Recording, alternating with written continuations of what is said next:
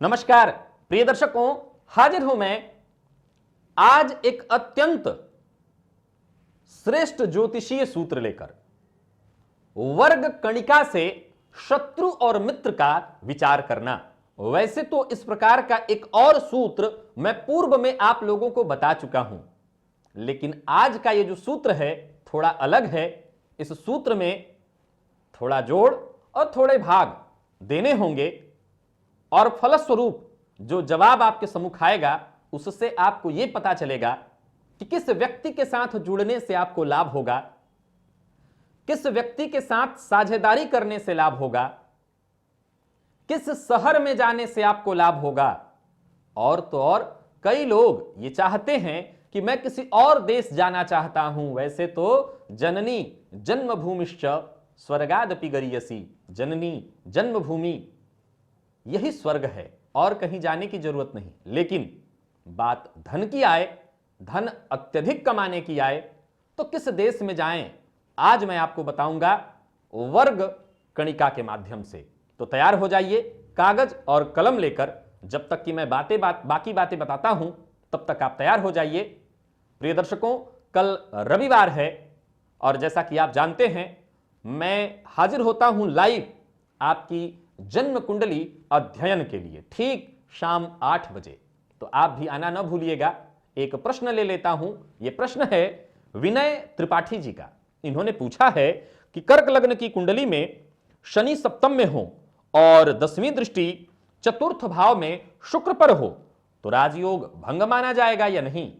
विनय जी, कर्क लग्न की कुंडली में अगर शुक्र चतुर्थस्थ हैं तो इसका मतलब है कि वो मालव्य नामक महापुरुष योग बना करके बैठे हैं। वहीं शनि अगर सप्तमस्थ हैं तो वो शस महापुरुष योग बना करके बैठे हैं। सीधी सी बात है कि दोनों के दोनों इस लग्न में सर्वथा कारक तो नहीं है, परंतु दोनों ने महापुरुष योग बनाया हुआ है। शुक्र पर पड़ने वाली शनि की दृष्टि राजयोग भंग कर देती है। यह एक सामान्य सूत्र हुआ, लेकिन दोनों के दोनों ग्रह महापुरुष योग बना रहे हैं। हां, शुक्र भोग है, शुक्र ऐश्वर्य है, वो बलाबल के साथ है तो निसंदेह जातक में भोग वृत्ति को बढ़ाएगा। लेकिन अगर जातक भोग तो करे लेकिन सही दिशा में चलते हुए, सही राह पर चलते हुए, तो राजयोग भंग नहीं होगा। राजयोग भंग वाली कोई बात यहां लागू नहीं कही जाएगी। हां, यह सूत्र जरूर कहता है कि शनि की दृष्टि शुक्र पर हो तो राजयोग भंग हो जाता है, विच्छेद कर देते हैं। किससे? ऐश्वर्य से, भोग से। लेकिन भोग को भी आप तरीके से इस्तेमाल करें, तरीके से भोग करें तो भोग से दूरी नहीं होगी। चलते हैं इस सूत्र की तरफ। यह वर्ग कणिका है। अ आ इ इत्यादि वर्ग, क ख ग घ इत्यादि वर्ग। ये जो वर्ग आपके सम्मुख है, कवर्ग, चवर्ग, टवर्ग, तवर्ग, पवर्ग इत्यादि, इसी में आपके नाम होते हैं। मैं उदाहरण दे दे करके एक एक करके समझाता हूं और फिर एक सूत्र भी बताता हूं। आप इसे नोट कर लीजिए। प्रिय दर्शकों, ये बोर्ड पर, इस बोर्ड पर जो आप चार्ट देख रहे हैं, आप चाहें तो इसे कहीं नोट कर सकते हैं। सबसे पहले बारी आएगी अ आ इ। इस वर्ग को गरुण वर्ग में रखेंगे।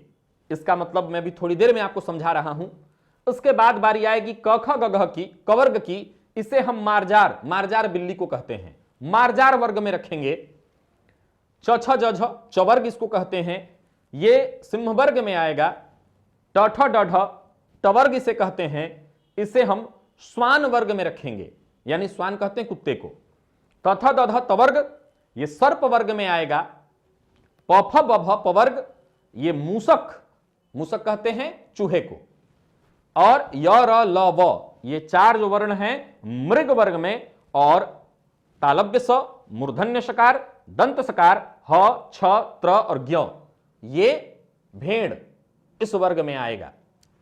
अब ये वर्ग समझ लिए आप। अब एक सूत्र समझाता हूं, इसे याद कर लीजिए। प्रत्येक वर्ग का पांचवा वर्ग शत्रु होता है। अभी उदाहरण से समझा देता हूं, तुरंत समझ में आ जाएगा। पहले तो यह जान लीजिए कि ये जो अक्षर आप देख रहे हैं, इन्हीं अक्षरों में से आपका कोई नाम होगा। इन्हीं अक्षरों में से आपका कोई नाम होगा। जैसे अगर क कहा तो क से हो गया कमलेश, क से हो गई कविता, किरण, इसी नाम से हो जाएगा। अगर बात ग से करें तो ग से हो जाएगा गणेश, गजानन, गणपति या कोई और नाम गजेंद्र। उसी तरह से कोई और भी वर्ग आप चुन लीजिए, चाहे वो चवर्ग हो, च से अगर है तो च से चांदनी बन जाएगा, चंचल बन जाएगा। उसी तरह से टठ डढ़ में अगर कोई नाम बनता हो, पता नहीं तुरंत से तो दिमाग में टठ डढ़ से कोई नाम नहीं आ रहा है, लेकिन अगर कोई नाम बनता हो तो बना लीजिए। अगर आपका बनता हो तो तथ दध से बन जाता है, बनता ही है, आप बना लीजिए। द से बनता है दिनेश बन जाएगा, न से मेरा नाम खुद का बनता है, और पफ बभ से बन जाएगा। तो ये प्रत्येक वर्ग है। अब आपको मैंने पहला सूत्र क्या दिया कि प्रत्येक वर्ग का पांचवा वर्ग शत्रु होगा। कैसे, आइए बताता हूं। अगर मान लीजिए आपका नाम अ आ इस वर्ग में आता हो तो आपका वर्ग है गरुण वर्ग। अब गरुण वर्ग से ठीक पांचवें वर्ग पर आइए, 1 2 3 4 5। तो यहां समझ में आ गया, ये गरुण वर्ग है। इस गरुण इत्यादि का कोई खासा लेन देन नहीं है, बस एक समझाने के लिए, एक समझाने के लिए लिखा गया है। तो गरुण वर्ग और गरुण का ठीक सर्प, ये इसे खा जाएगा, भक्षण करने वाला होगा या मार देगा, तो दोनों एक दूसरे के शत्रु हो गए। ठीक उसी तरह से कवर्ग में आ जाइए, क ख ग घ से संबंधित अगर नाम है तो मारजार वर्ग, और मारजार का 1 2 3 4 5 मूसक, चूहा और बिल्ली में चूहा मारा जाएगा, या यूं कहिए कि चूहे बिल्ली में शत्रुता इस तरह की है कि चूहा बिल्ली को अपना शत्रु मानेगा। ठीक उसी तरह से च छ ज झ चवर्ग में सिंह वर्ग, और इसके 5 आगे बढ़िए, 1 2 3 4 5 मृग, ये मारा जाएगा इसके द्वारा, यानी शत्रुता। ये इससे शत्रुता अगर नहीं रखता, मित्रता रखता है, तो इसके द्वारा ये मारा जाएगा। अब इसी तरह से आप आगे भी बढ़ जाइए, फिर नाम पर भी समझा देता हूं। तथ दध न है, ये सर्प वर्ग में आएगा, और माफ करिएगा टठ डढ़ अण स्वान वर्ग में आएगा, और उससे ठीक पांचवा वर्ग यानी 1 2 3 4 5 भेड़। तो इन दोनों के बीच शत्रुता है, मारा जाएगा ये इससे। इसी क्रम से आप आगे बढ़ जाइए, फिर वही वाली बात आ जाएगी। अब इसको एक उदाहरण के तौर पर भी समझिए। अब मान लीजिए कि जैसे अ अक्षर से किसी व्यक्ति का नाम मैंने रखा अल्पेश, अ अक्षर से अल्पेश, तो अल्पेश के लिए पांचवा वर्ग 1 2 3 4 5। अब इसमें 9 अक्षर पर आ जाते हैं, मेरा नाम बनता है, तो यहां पर शत्रुता हो जाएगी, यानी मारा जाएगा मेरा नाम। यानी मैं अगर इस तरह के किसी व्यक्ति से मित्रता रखता हूं तो वो मेरे लिए नुकसान। अगर हित और अहित की बात चल रही हो, हर समय में नहीं, जहां हित अहित की बात चल रही हो, जहां साझेदारी की बात चल रही हो, जहां मिलकर व्यापार करने की बात चल रही हो, तो ये इसके द्वारा मारा जाएगा। इसको बड़े ध्यान से समझिए। इसी तरह से अगर अल्पेश, एक उदाहरण मैंने फिर से ले लिया, अब इनको अगर किसी ऐसे ही शहर में जाना है, उदाहरण से समझिए किस शहर में, तो इनको अगर आना है तथ दध से संबंधित कोई द से दिल्ली बनता है, दिल्ली आना है, तो दिल्ली जाकर के दिल्ली में इन्हें फायदा तो होगा, लेकिन परेशानी लगातार बनी रहेगी। फायदा कैसे होगा, क्योंकि गरुण वर्ग को सर्प पर हावी होते देखा जाएगा, तो ये दिल्ली में जाकर के दिल्ली पर हावी तो होंगे, लेकिन परेशानी भी बनी रहेगी सदैव, यानी समस्याएं बनी रहेंगी। विशेष रूप से यही वर्ग वाला यहां चला जाता है, यानी कि न से संबंधित सीधा दिल्ली में रहने के लिए चला जाता है, तो दिल्ली में लगातार उसे परेशानी आएगी। जरा ध्यान से समझिएगा, ये वर्ग यहां आता है, यानी कि दिल्ली से संबंधित शहर में जाता है, तो परेशानी थोड़ी होगी, लाभ रहेगा, यानी दिल्ली पर हावी रहेगा। लेकिन अगर यही चला जाता है दिल्ली, ये वाला वर्ग चला जाता है, यानी नर्मदेश्वर चले जाते हैं दिल्ली, माफ करिएगा, नर्मदेश्वर चले जाते हैं, अ से संबंधित कोई स्थान, अ से समझ लीजिए अजमेर, हालांकि एक शहर है अजमेर, तो वहां जाकर के परेशानी होने लगेगी, ज्यादा परेशानी होगी। तो ये वर्ग जो लिखा है कि इस वर्ग का इससे ज्यादा बेहतर ढंग से आप समझ जाएंगे, इसके ज्यादा कोई मायने नहीं है, लेकिन आप इसको बेहतर ढंग से समझ जाएंगे। तो ये तो हुआ शत्रु मित्र। अब एक सूत्र और आपको बता देता हूं, उसे भी समझिए। किसी के साथ आपकी मित्रता और शत्रुता किस तरह की होगी, कैसी होगी, या उससे लाभ होगा या हानि, यह निकालना हो, विशेष रूप से लाभ। यहां पर जो सूत्र मैं बताने जा रहा हूं, यहां लाभ का विचार करना है, इसके अलावा हानि का कोई विचार नहीं, ज्यादातर विचार लाभ का ही है। तो सबसे पहले मैं आपको सूत्र बता देता हूं। सूत्र क्या है, तो अपने वर्ग को दूना कीजिए। मैं इसको उदाहरण के माध्यम से भी आपको समझा दूंगा। अपने वर्ग को दूना कीजिए और उसमें जिसके साथ आपको लाभ मिलाना है, चाहे वो शहर हो, चाहे वो कोई व्यक्ति हो, चाहे वो कोई देश का नाम हो, उसके वर्ग के अंक को जोड़ दीजिए। इसके बाद जो अंक आए, जो जोड़ आए, जो फल आए, उसमें 8 का भाग दे दीजिए। 8 का भाग क्यों देना है? क्योंकि यहां 8 वर्गों में ही सभी अक्षरों को विभक्त किया हुआ है और जो शेष आए उसे एक जगह पर लिख लीजिए।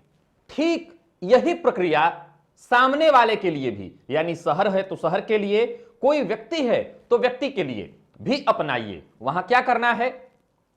तो जिस शहर की बात चल रही हो या जिस व्यक्ति की बात चल रही हो, इसमें से संबंधित जो भी अक्षर, वो शहर का भी हो सकता है, व्यक्ति का भी हो सकता है, उसके वर्ग के अंक को दूना कर लीजिए। उसमें अपने वर्ग के अंक को जोड़ दीजिए और फिर उस जोड़ जो आएगा, उस जोड़ में 8 का भाग दे दीजिए और जो शेष आए, यह देखना है कि शेष किसका ज्यादा है। अगर आपका शेष ज्यादा है तो आप सामने वाले व्यक्ति और शहर के लिए लाभदायी होंगे, उसके ऋणी होंगे, आपसे वो लाभ कमाएगा। और अगर आपका अंक कम हुआ, आपका शेष कम हुआ, तो आप फायदे में रहेंगे सामने वाले से। आइए इसको एक उदाहरण के माध्यम से, एक दो उदाहरण मैं ले लेता हूं और इसके माध्यम से समझाता हूं। सबसे पहले हम ले लेते हैं, जैसे दूसरे वर्ग में क अक्षर लिखा है, तो क से एक नाम ले लेते हैं किरण, और किरण का जो वर्ग अंक है वो है 2। यहां याद रखिएगा कि वर्ग का अंक जो यहां लिखा है क्रम, तो ये 2 अंक आपको ले लेना है। इसके बाद हम एक और नाम ले लेते हैं, एक नाम ले लेते हैं ममता। म अक्षर से हमने ममता बना लिया। अब इसके वर्ग का जो अंक है वह है 6। अब हमें क्या करना है? तो सबसे पहले अपने, यानी मुख्य एक और दूसरा, तो अपने वर्ग के अंक को दूना करना है। तो दूना करने के लिए इसमें उतना ही अंक जोड़ दें तो यह हो जाएगा 4, और ठीक इसके सामने भी वही प्रक्रिया करिए। 6 में 6 जोड़ दिया तो हो गया 12। अब इसके बाद इसके वर्ग के अंक को अपने वर्ग का जो मूलफल निकला है उससे जोड़ दीजिए। तो 6 और 4 हो जाता है 10, और यही प्रक्रिया यहां भी करिए। तो ये 12 यहां मूल अंक निकला है, इसमें जोड़ दीजिए 2, तो 12 और 2 14 हो जाएगा। अब इसमें भाग दे दीजिए कितने का? तो 8 का। 8 का क्यों? क्योंकि वर्ग संख्या, सब वर्ग जो है 8 वर्गों में सब विभक्त है। तो 8 से जब भाग आपने दिया तो यहां गया 1 मर्तबा में, और 10 में से 8 गया तो बचा 2, यानी यहां शेष बचा है 2। और ठीक यहां अगर हम शेष निकालते हैं तो 8 यहां पर 1 मर्तबा में जाएगा, और 8 और 6 होता है 14, तो यहां पर बचा 6। यानी ममता का जो शेष है वो किरण के शेष से ज्यादा है, अतः ममता ऋणी हुई। किसका? तो किरण का। इसको एक कहानी के माध्यम से आप समझ लीजिए।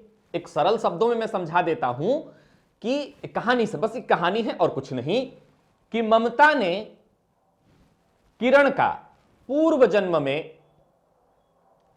ऋण खाया था, कर्ज खाया था, वो इस जन्म में चुकता करेंगी, क्योंकि इनका जो शेष है वो कम है और इनका ज्यादा, यानी ममता ने इनका ऋण ले रखा है और इस जन्म में उस ऋण को चुकता करेंगी।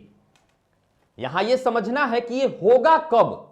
जब दोनों एक साथ होंगे, यानी या तो किसी कार्य में, व्यापार में साझेदार हों, साथ हों, तब यह बात घटित होगी। दोनों एक साथ होंगे, या इसी तरह से इसी जगह को हम ममता के जगह अगर मुंबई कर देते हैं, यहां पर ममता न लिख करके हम मुंबई कर देते हैं, इस जगह को आप मुंबई के रूप में समझ लीजिए। तो मुंबई जाकर के किरण ज्यादा लाभ कमाएंगी, क्योंकि मुंबई का जो अंक है, शेष अंक जो बच रहा है वो ज्यादा है, मुंबई ऋणी है किरण का, वो वहां जाकर के ज्यादा लाभ पाएंगे। और किसी नाम पर आइए समझ लेते हैं, इस प्रयोग को 1 2 4 बार करिए तो आपको यह समझ में आ जाएगा। यहां फिर से मैं दोहरा देता हूं कि विचार करना किस चीज का है, तो लाभ का। इस सूत्र में केवल लाभ का विचार होगा कि कहां जाने से, किस शहर में जाने से, किस, कोई शहर हो, कोई छोटा सा जगह हो, कोई देश हो, कोई व्यक्ति हो, उससे कितना लाभ मिलने वाला है, लाभ के शब्दों, लाभ में इसका विचार करना है। एक उदाहरण और हम च वर्ग से ले लेते हैं। च वर्ग से एक नाम बना लेते हैं, चंचल। अब चंचल का जो वर्ग अंक है वो है 3, और चंचल के लिए हमने चुन लिया, चलिए, न अक्षर को, यानी कि त वर्ग को। तो न से हमने नाम बना दिया नरेंद्र। अब हम इसकी जगह नरेंद्र कर सकते हैं, न अक्षर से कोई शहर का नाम कर सकते हैं। अब चंचल नरेंद्र के साथ साझेदारी करते हैं, तो इन्हें लाभ होगा या घाटा, इसको जानना है। तो वर्ग के अंक को, नरेंद्र के वर्ग का जो अंक है वो 5 है, इसे कर देना है दूना।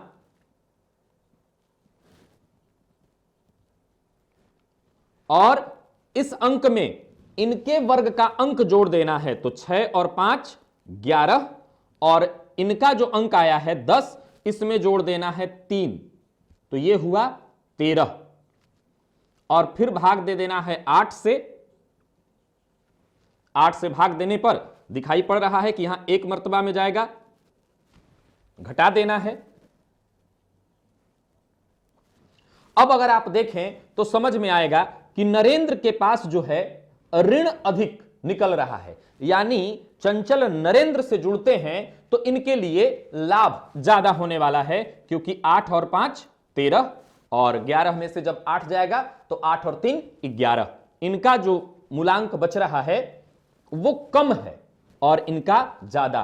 ठीक इसी तरह से हम नरेंद्र को, चंचल को न नाम से संबंधित, जैसे नासिक, नासिक भेजते हैं, तो नासिक जाकर के इन्हें विशेष लाभ होगा, विशेष लाभ मिलेगा, वहां जाकर के ये विशेष फायदे में रहेंगे। अब इसके लिए आप ठीक उल्टा भी कर सकते हैं कि इसी नाम का व्यक्ति अगर इस व्यक्ति से जुड़ता है तो इनसे इन्हें लाभ होगा, न कि इन्हें ज्यादा लाभ होगा। अब यहां पर कुछ जगहों पर समस्या भी आपके साथ उत्पन्न हो सकती है। आइए मैं उन समस्याओं को समझा दूं। मान लीजिए कि आपने जब वर्ग के अंक को जोड़ा तो दोनों का बराबर आ गया, दोनों का जो अंक आया शेष वो बराबर आया, तब क्या होगा? तो बराबर आने की अवस्था में यह बराबरी की स्थिति है। एक बात और बता देता हूं कि जब बराबरी की स्थिति होती है तो वो बढ़ाएगा तो जबरदस्त बढ़ाएगा और गिराएगा तो भी जबरदस्त गिराएगा। यहां हमेशा याद रखिए, क्योंकि ये लड़ाई बराबरी की होती है। उस अवस्था में अगर बुलंदी तो शीर्षस्थ बुलंदी और गिरना हुआ तो एकदम नीचे ले आएगा। यह हमेशा याद रखिए बराबरी वाले में। अगर मान लीजिए कि आप जिस शहर में हैं, जिस देश जगह में हैं, जिस व्यक्ति के साथ जुड़े हैं, बराबरी पर हैं, बहुत बढ़िया चल रहा है, बहुत बढ़िया, लेकिन बिगड़ेगा तो जबरदस्त बिगड़ेगा। उसी तरह से अब कुछ ऐसी भी स्थिति उत्पन्न हो सकती है जहां अंक जोड़ करके जो आया वो 8 से भी कम है, क्योंकि 8 से भाग हमें देना है, तो 8 से भी कम है, तो इसमें भी कोई समस्या नहीं। गणित तो इतना आम सभी लोग जानते हैं, एक दशमलव दे दीजिए, दशमलव देने के बाद यहां 0 हो जाएगा और उस 0 को फिर भाग, 0 से उस अंक की वृद्धि होगी, बड़ा हो जाएगा वो अंक, फिर भाग दे दीजिए, सरल। फिर जो शेष जिसका ज्यादा आया वो हावी होगा। यहां फिर से मैं बार बार दोहराऊंगा कि इस सूत्र में नुकसान नहीं, केवल फायदा, कि हमें लाभ किससे होगा, कहां होगा। यहां नुकसान के अर्थ में यह सूत्र नहीं है। यह सूत्र लाभ के अर्थ में है। तो लाभ के अर्थ में आप इसे आजमाइए, समझ में आपको आ जाएगा, उसका रिजल्ट भी आपको समझ में आ जाएगा। चलिए, फिल्म इंडस्ट्रीज में सबसे शीर्षस्थ अमिताभ बच्चन को माना जाएगा। हम अमिताभ बच्चन को मुंबई से जोड़ करके देख लेते हैं, उन्हें मुंबई से कितना लाभ मिलने वाला है। तो अमिताभ का वर्ग जो आएगा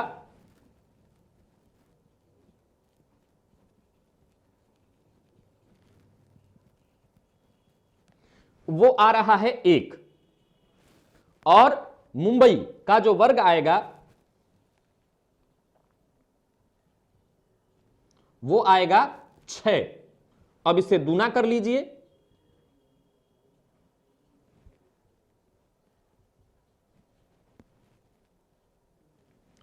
और अब इसमें क्या जोड़ना है, तो मुंबई का वर्ग जोड़ देना है, और इसमें क्या जोड़ना है, तो अमिताभ का वर्ग जोड़ देना है।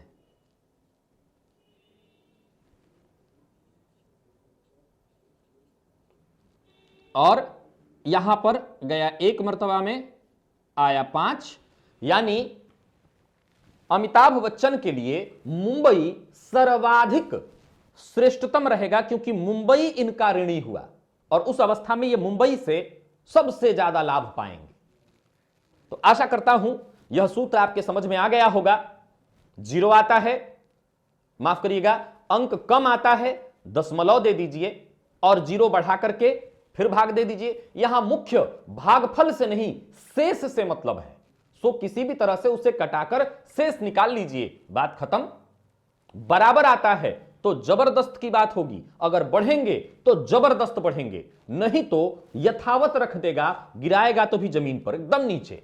इसमें यही होता है, बराबरी की जहां लड़ाई होती है, जीत तो जबरदस्त जीत, क्योंकि सामने वाला भी उतना ही मजबूत था, और जीत हुआ तो आप शीर्षस्थ होंगे, गिरेंगे तो भी नीचे।